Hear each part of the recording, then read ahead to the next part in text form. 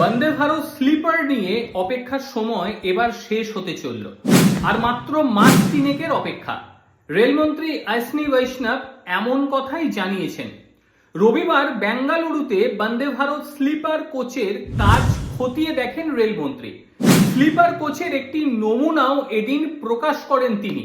যাত্রী বহনের আগে 10 দিন ট্রায়াল রান হবে বন্দে ভারত স্লিপার কোচের, তারপরই ট্র্যাকে নামবে এই ট্রেনটি।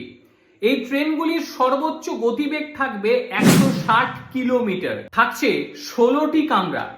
এক রাতে 800 থেকে 1200 কিলোমিটার পর্যন্ত যাবে এই ট্রেনগুলি।